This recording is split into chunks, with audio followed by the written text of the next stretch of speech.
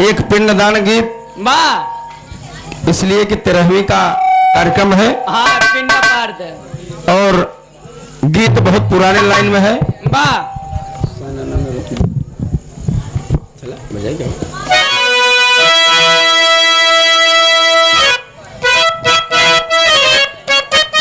बात उस समय की है जब 14 वर्षों का वनवास काट के अयोध्या रामचंद्र जी आए। गुरु वशिष्ठ ने बताया कि बेटा राम, पिताजी का पिंडदान होना अभी बाकी है, माता जानकी के साथ में पिंडदान करने चल देते हैं। कैसे माट साहब? वाह अरसाना नान रतिया डोलई, अरसाना नान रतिया डोलई, बाहई जब पवन वारा,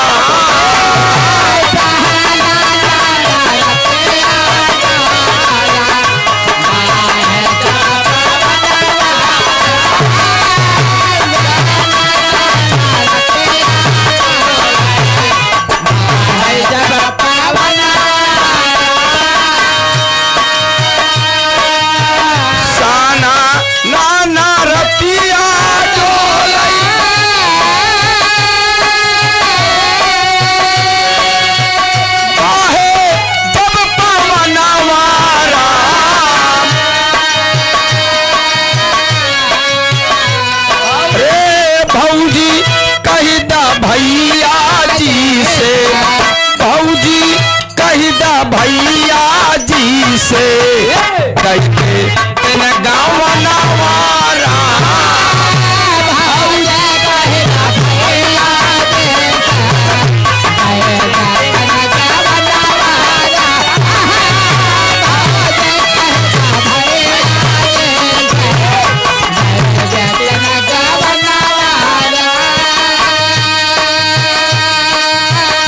इसी लाइन में गीत का भाव है। कैसे मत साहब?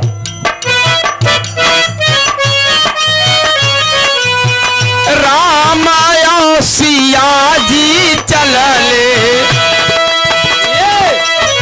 राम और सिया जी चलले, तारई पिंड दनवारा,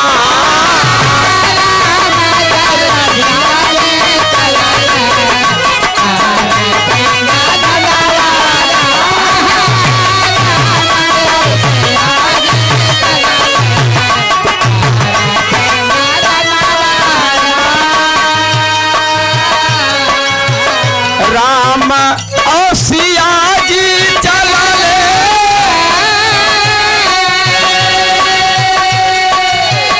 तारई पिंड दनवारा,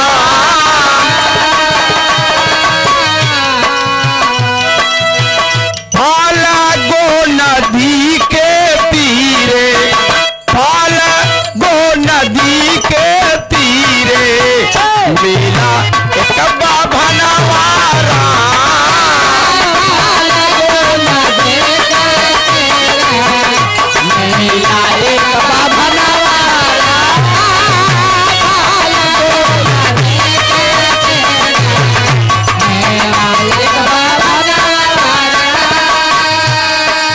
राम मैया जानकी के साथ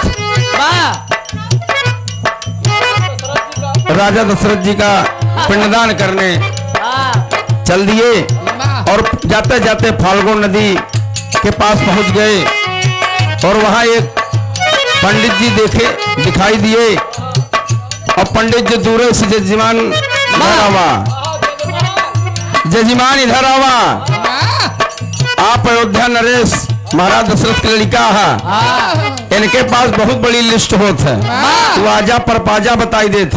एक लिस्ट हो से ले ले 11 लड़कन के जीजा। अरे मोरे 11 लड़कन। ए भाई अंड बंड ने बोलो बाबा नहीं फिर अंड बंड हो जाए भैया।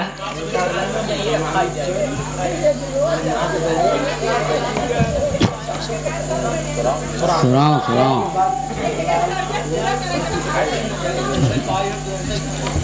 हाँ इतना बुलवावा थी। मानिक चंद पटेल नहर ददौली सुराव की पावन धरती से वाह और नमो दे। बस हो ही गया अब जय। अरे बोल दे 11 लोग के जीजा। अरे यहाँ एक को जन नहीं बना सकते क्या? 11 जने मिल के 51 रुपए का पुरस्कार है। हाँ भैया अंडमंड बोलो नौटंकी के मंच न हो। गलत हो जाए भाई।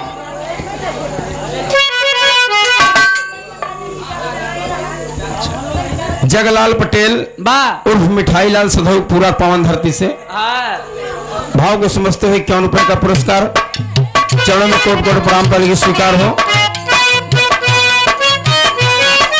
कहना है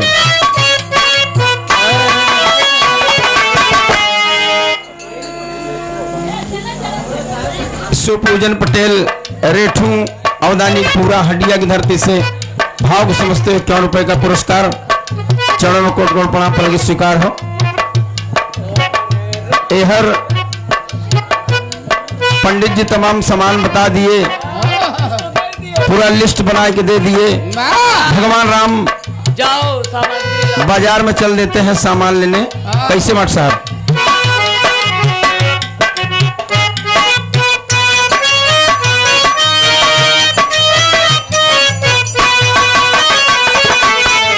ओ हरे राम ले गईले बाबू हो सामान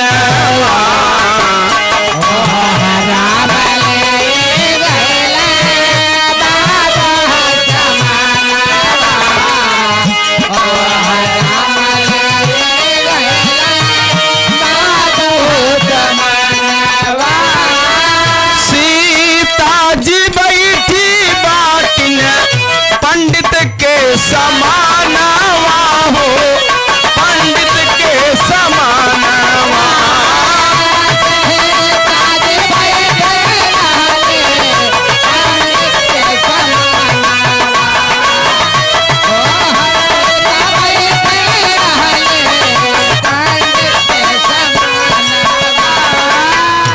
आप हैं बड़े भैया संतोष भैया बलनपुर के पावन धरती से भाव समझते हुए राजू यादव 11 रुपया का पुरस्कार। भाव को समझते 11 रुपए का पुरस्कार चरणों में कोट को प्रणाम पहले स्वीकार हो। धन्यवाद।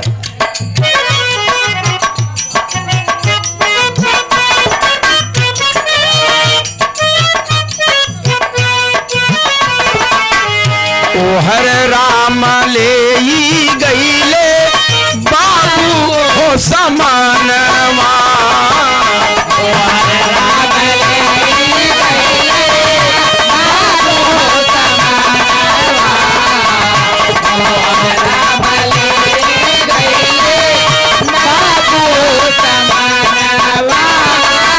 सीताजी बैठी बाटिन पंडित के समानवा।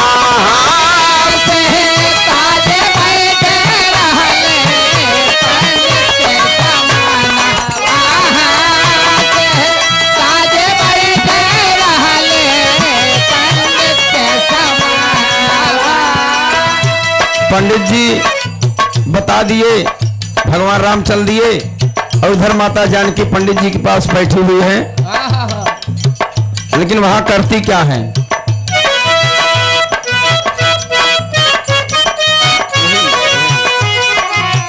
फाल्गु धारा में तबले गईले देखाई।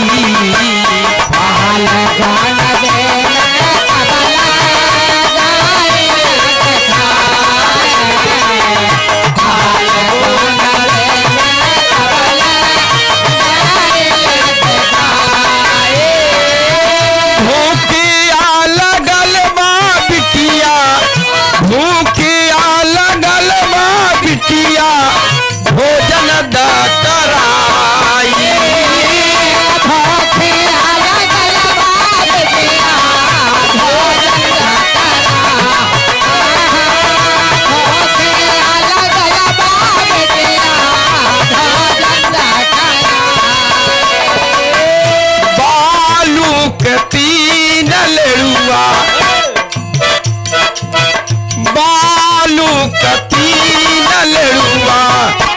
बनवाली न माया नवारा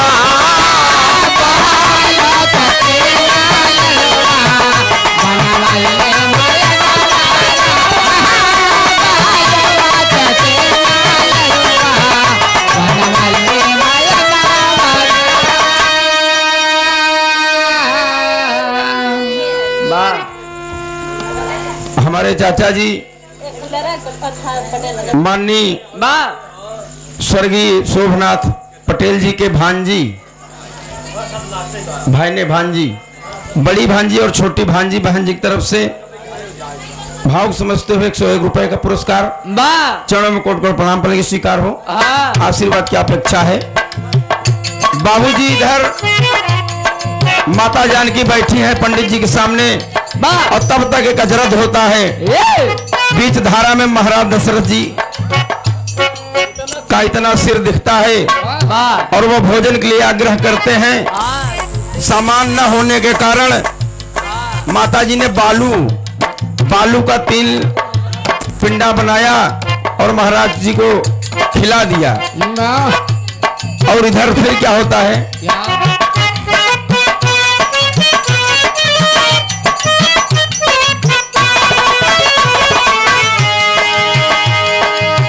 राम लई के सामान बाबू गईले तब आई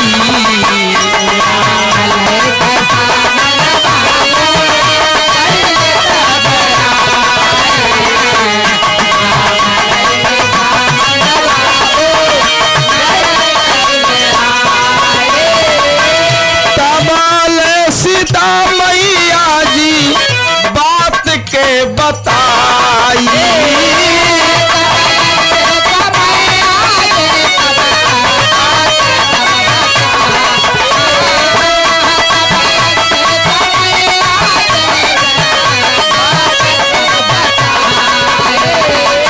जो वहां घटना घटी थी बाबूजी माता जानकी ने प्रभु राम को बताया।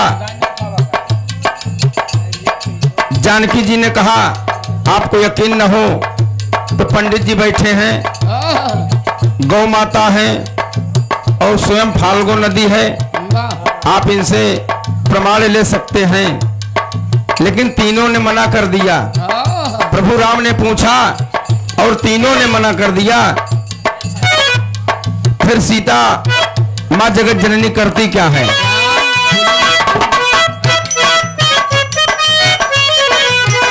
तीनों जन के सापा ताबा देत बा माया नवा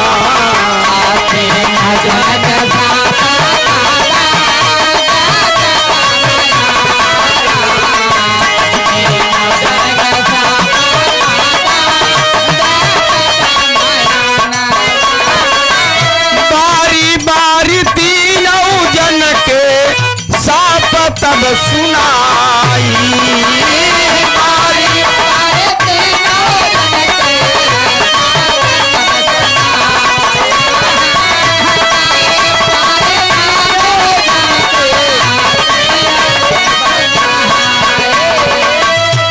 पंडित जी के श्राप दीन कि कितना मंगबा पर आपत न पड़े। और गाई के कहन जा आने वाले कलयुग में आप महिला खाबू। और हर फाल्गु नदी के श्राप दे दिहन कि फाल्गु नदी मैं श्राप दे रही हूं, तुम नदी तो रहोगे लेकिन हमेशा सूखी नदी रहोगे।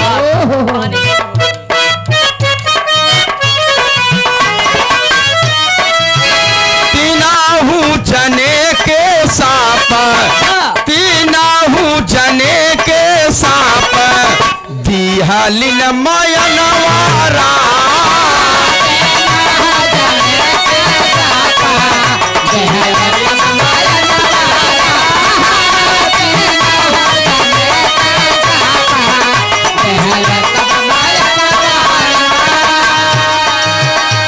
तीनों को श्राप मिल गया।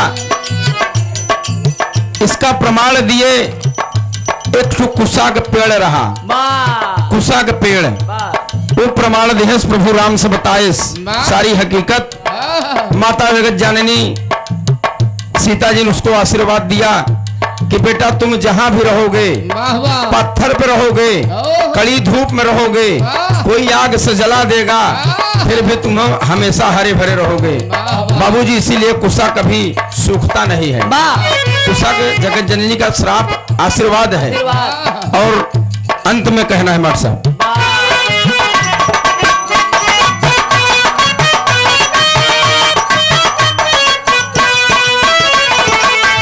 स्वामी गीतानंद बुल्लुर ताजले वतनवा, स्वामी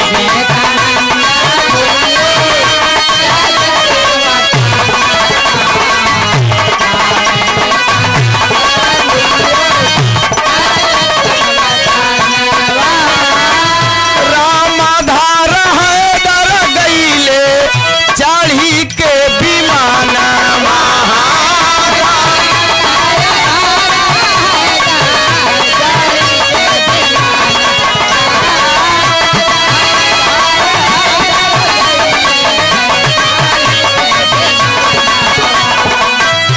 अरे मानिक सरल सबके, मानिक सरल सबके ई सुनावई तरनवारा,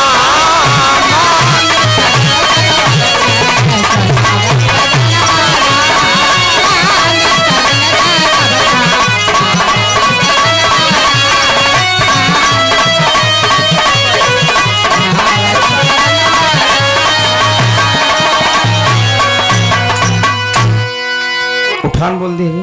हाँ हाँ? हाँ उनका हमारा मजे तो अरे गाना उठान होई